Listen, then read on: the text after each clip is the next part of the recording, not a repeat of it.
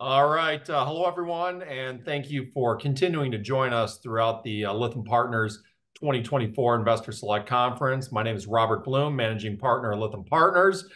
During this Fireside Chat webcast, we welcome Shuttle Pharmaceuticals, ticker symbol of SHPH, on the NASDAQ. And joining us today from the company is their Chief Executive Officer, Dr. Dricillo.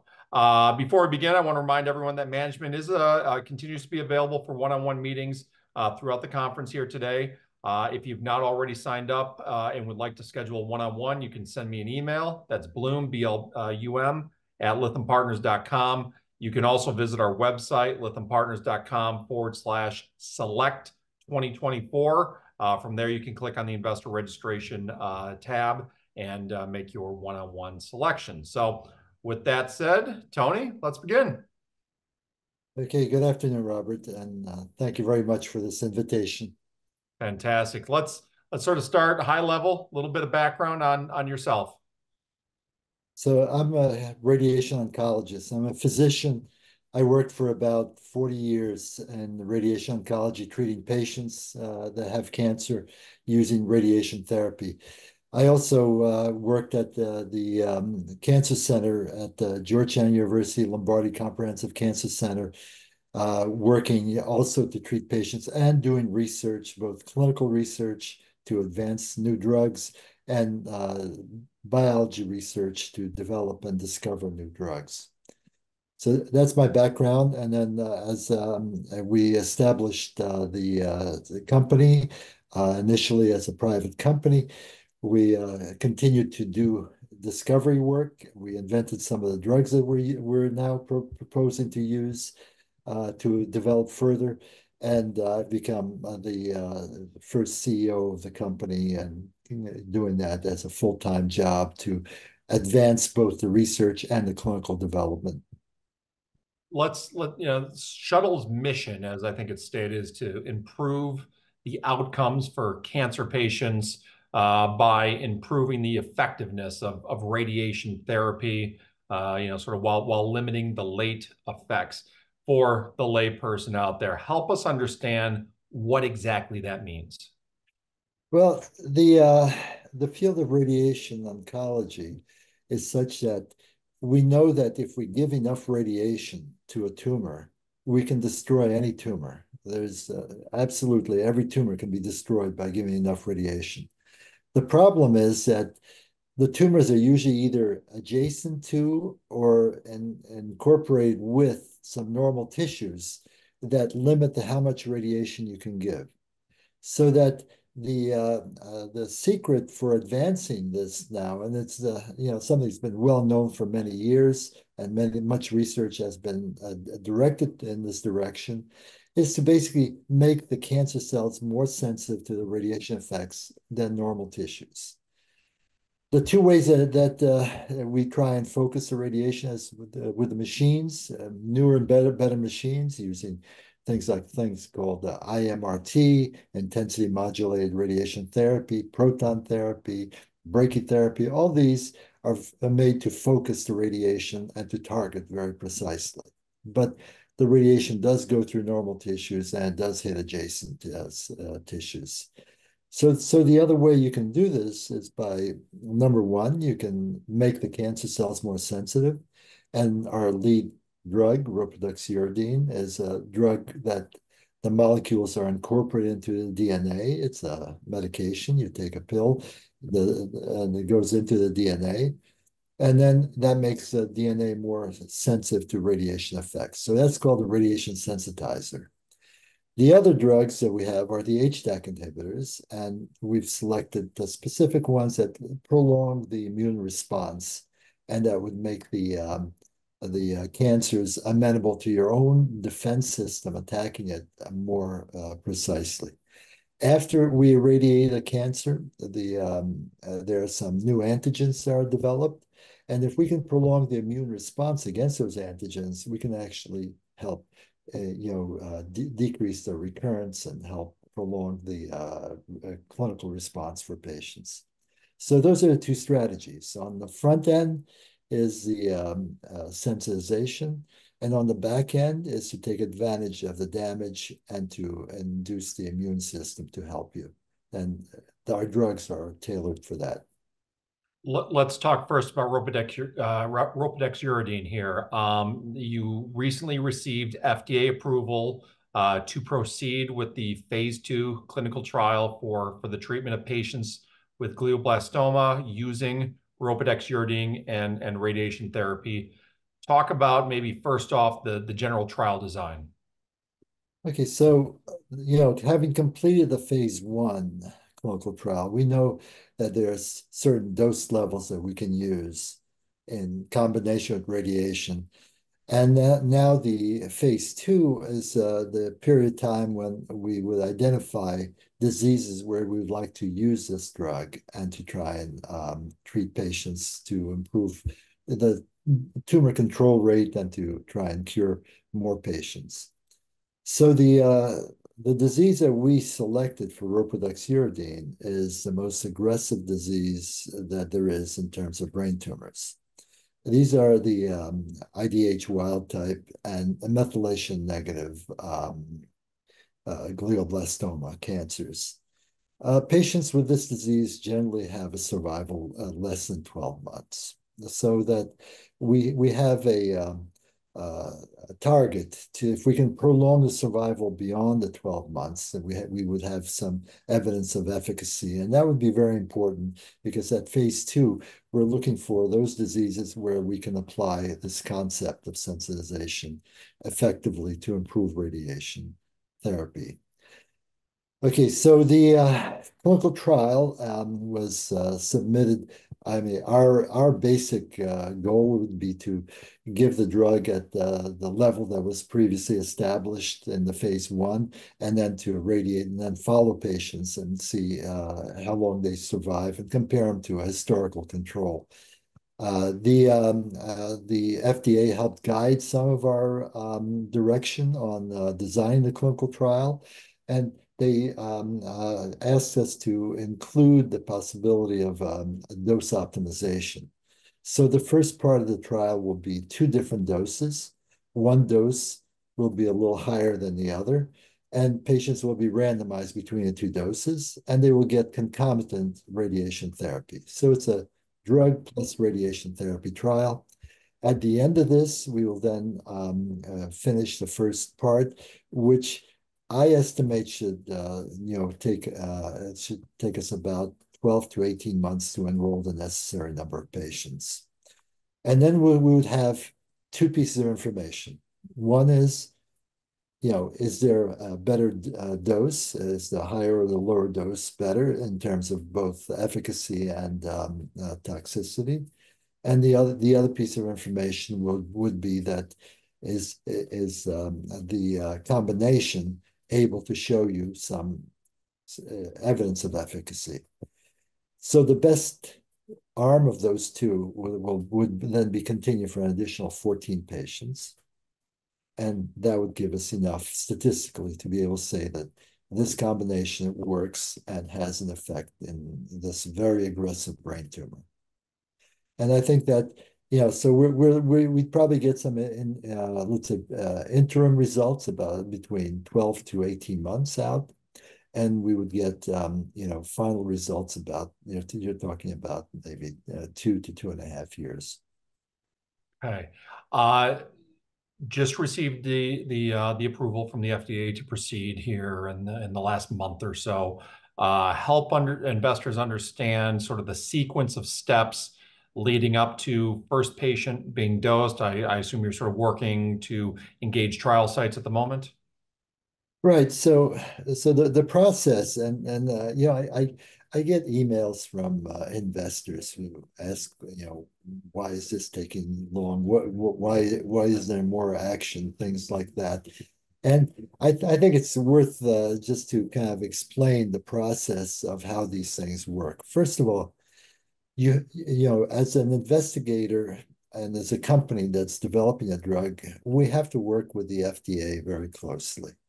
And the guides that they provide is very helpful because I think that they do have and an insight on patient safety and on trying to advance new therapeutics. So the stepwise process is to initially you manufacture the drug. You have certain, let's say, criteria you have to meet, certain reporting and that type of thing. It's then formulated and put into capsules. Now we have those formulated and encapsulated pills, which this is about. We have about 20,000 of these in order to do the clinical trial. The clinical trial then is approved by the FDA, I should say. If they have no problems with it, they allow you to proceed. And we would then seek out institutions that would enroll patients into this clinical trial in order to answer the questions that we talked about. Now, in terms of centers, we elected to pick academic, centers where we know the radiation therapy is first rate and where we know that they have experience with clinical trials.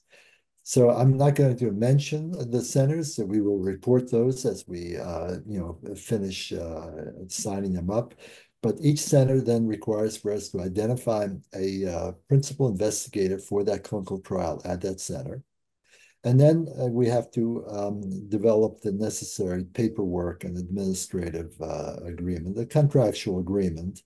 And that contract, once it's signed, we will then make the announcement for each of these centers. We're looking at between 4 to 6 centers, and we've been talking to them, and we have identified the principal investigators. I would say to you that Dr. Tyven Rich, who's our medical director, and I know very many of these people from the fact that we were in the field, and we've been treating patients for many years. So that we do have an advantage in recruiting the physicians. The contractual arrangements would be arranged by our CRO and our Chief Financial Officer, Michael Vanderhoek. And Michael Vanderhoek spent 20 years as the administrative director of the Lombardi Comprehensive Cancer Center. So he's very experienced in this also. So I don't see any real problem with getting the necessary sites on board and getting the protocols approved. Each of the protocols, each center will take our protocol and run it through the IRB, Institutional Review Board, and get approval to start and run the clinical trial. And then the patients at each center will be monitored in part by committees that report to the IRB and to the administration. So we have, high-end academic centers with excellent radiation therapy, and we have the drug in place. And now it's a matter of the 1 to 2 months that it'll take to get all these things in place to enter our first patient. And we'll report when we get our first patient on board. We will also report as we sign up the centers along the way. All right, perfect. Let's talk a little bit about IP here, right? What is the intellectual property for ropidexuridine? You have orphan drug designation. What are some of the advantages of that, especially within glioblastoma there? Right. So the drug ropidexuridine, originally there was a drug called iododeoxyuridine, IUDR. And that drug was developed by the National Cancer Institute, the NIH, and it was shown to be a very powerful radiation sensitizer. Subsequently, it was tested in brain tumors and sarcoma using, let's say early capability. And I say early because that required something called constant infusion and delivery of the drug during the course of treatment over 6 weeks, which required, IV access. And it was a complicated procedure because the drug, the IUDR, is only, available in the blood for about 10 minutes. Okay, the half-life is very short and basically gets absorbed or degraded, So the preliminary results were promising, but they were not definitive. Okay, and there are positive results in both brain tumors and in sarcoma, and I feel that as a clinician, both of those look promising enough to be able to go and try and advance this concept for clinical care. The ropidoxuridine was developed subsequently as a prodrug. And prodrug means the form is such that you can use it as a pill. So you can take it as a pill and it gets broken down in your GI system and then absorbed slowly. So you have a different pattern of absorption and release and availability. So the idea is that this type of preparation would be more, let's say, effective in combination with radiation therapy. And that's what we're using. We're using a drug that was developed basically by the National, Institutes of Health and the National Cancer Institute over many years. And because of the patents have expired for it, but we did obtain approval of a request for orphan designation Right. for brain tumors. The orphan designation is good because at the end of, let's say, if we're able to develop this to the point of commercialization, it provides up to 7 years of protection, marketing protection, and then also it provides some tax incentives along the way. And I think that this is a perfect setting. Now we have taken and used our, laboratory capability to expand this particular concept by combining the drug with another drug that helps slow down the absorption.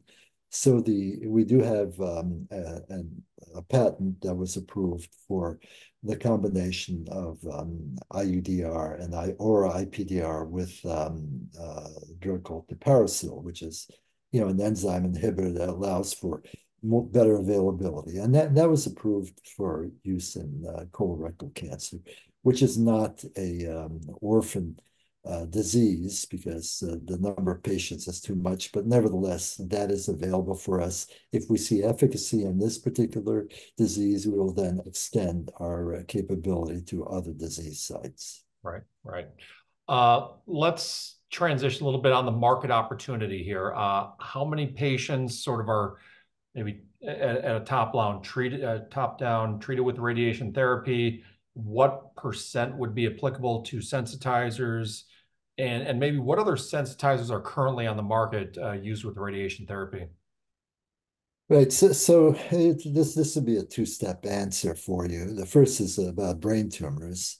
And I think the glioblastomas, there's maybe 10,000 patients a year in the United States, more worldwide, but 10,000 patients. And I think that that would be enough to support the drug development alone. But we take it a bit further because this sensitizer is a general sensitizing drug. Its availability in the bloodstream then becomes the mechanism by which cells take it up. And rapidly growing cells, such as occurs in tumors, take up more of this drug than cells that are in resting phase, which is mostly cells in your body most of the time. So there is a preferential uptake. And that means that other diseases would be suitable for treatment with this, including things like high-grade sarcomas, including some, tumors such as, the colorectal and lung cancer and other tumors. So these are all possibilities for the future development, but they would have to be developed independently and at each site, and that would be something to be well downstream from us. All right, let's move on to the other part of the portfolio here, right? The HDAC inhibitors. You have of sort of preclinical evidence of cancer radiation sensitizing properties, normal tissue protective properties, and sort of selective HDAC inhibitor properties. Discuss this program sort of broadly and help investors understand maybe some of the upcoming steps, key steps and milestones for that platform. Right. So the HDAC inhibitors were something that I had a particular interest in the laboratory, and we did our first publication about 15 years ago, when this was in its infancy. And what we found was, as we developed some cellular experiments, was that not only did the drug that was available on the market, this is a drug that was prior to the Merck compound. It was kind of called Saha. It became vorinostat. And that particular drug had the ability to sensitize cancers in the laboratory to radiation. It made, it increased the killing effect of radiation. And that was very exciting. But then subsequently, when we did some animal studies, we also found that there was protection of the bone marrow, that the radiation did not, you know, um, destroy the bone marrow in mice as easily as if as controls that did not have the drug. So it's a very unusual combination. One is it does sensitization and of cancer cells, malignant cells, and then protects normal cells from damage. And that's almost like unbelievable. You think that mechanisms. So further work over the years has shown that there are multiple mechanisms that these drugs have, and they inhibit several. There's like a dozen enzymes, HDAC enzymes, histone deacetylases, and the inhibition of different enzymes in that family gives you different results. So we focused on something called HDAC6, which is an enzyme that regulates the immune response. And if you take and use this drug, let's say tissue culture, you can see the sensitization. If you use it in animals, you see the stimulation of the immune system.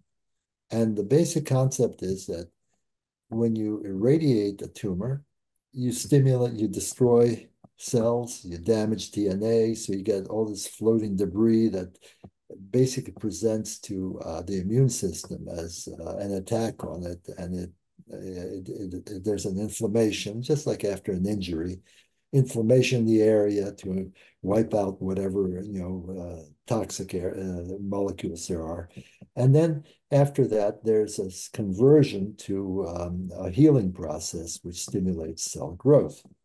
Now, the inflammatory process attacks cancers.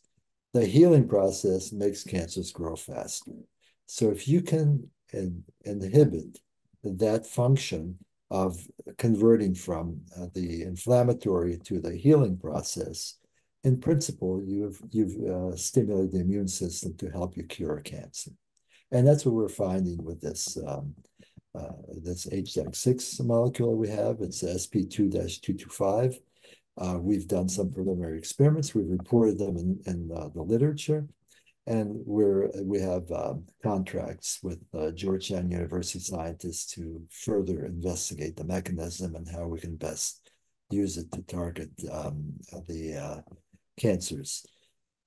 In terms of development, we've negotiated with, obtained quotes from various companies to manufacture this. We have a developmental plan, and we will have to do the complete development, meaning that you make, let's say, quantity of drug that you can then test in animals for safety and for efficacy. And then if that goes through, that allows you then to apply for an IND for this new investigational new drug.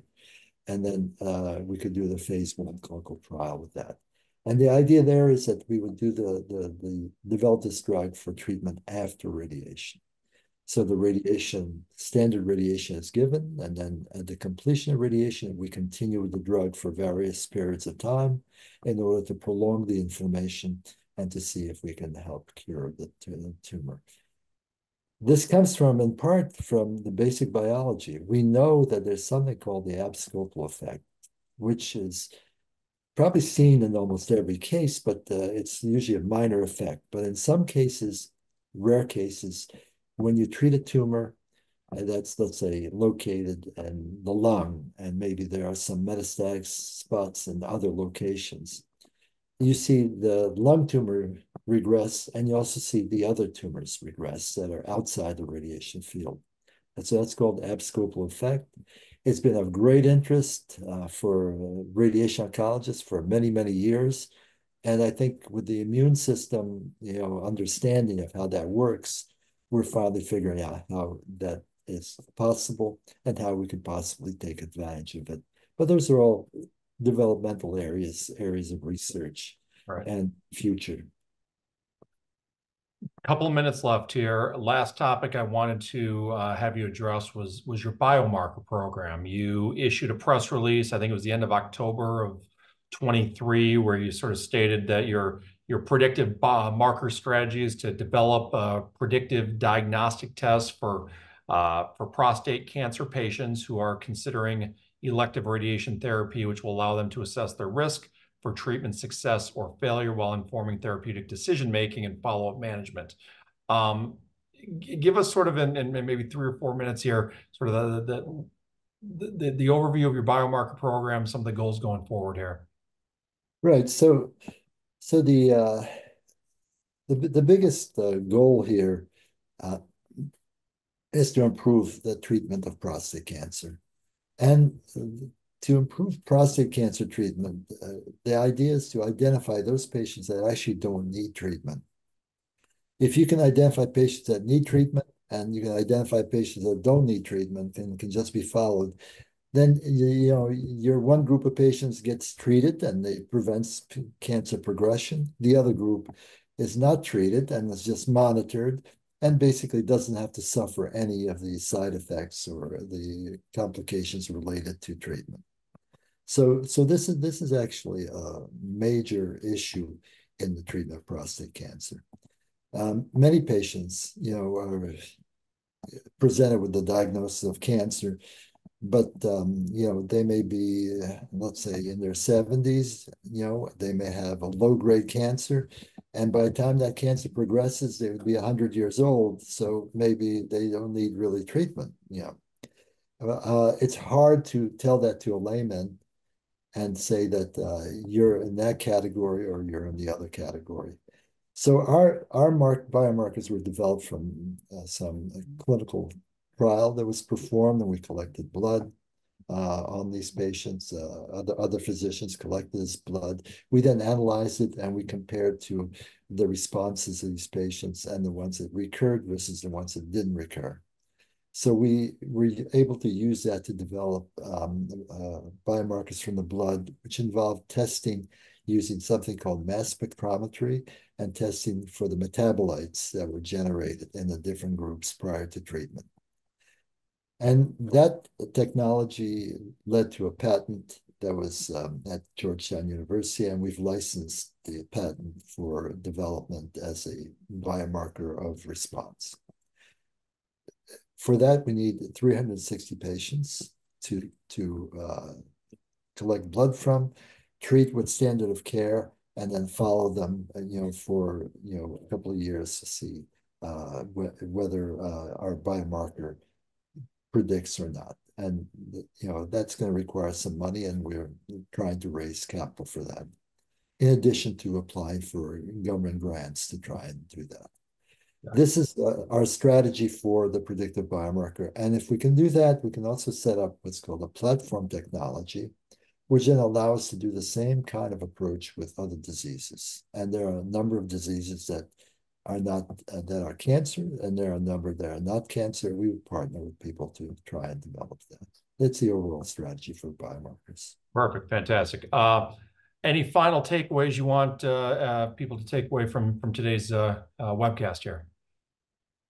Yes, I'd like to say that we've met all of our milestones since we've become public. We've been able to uh, meet the scientific milestones. We've reported those, and we will report everything that comes out as we go along. And I think that people that get anxious about the stock market, I don't know how that works any better than you do, and I don't think there's any of the pundits on television can do either.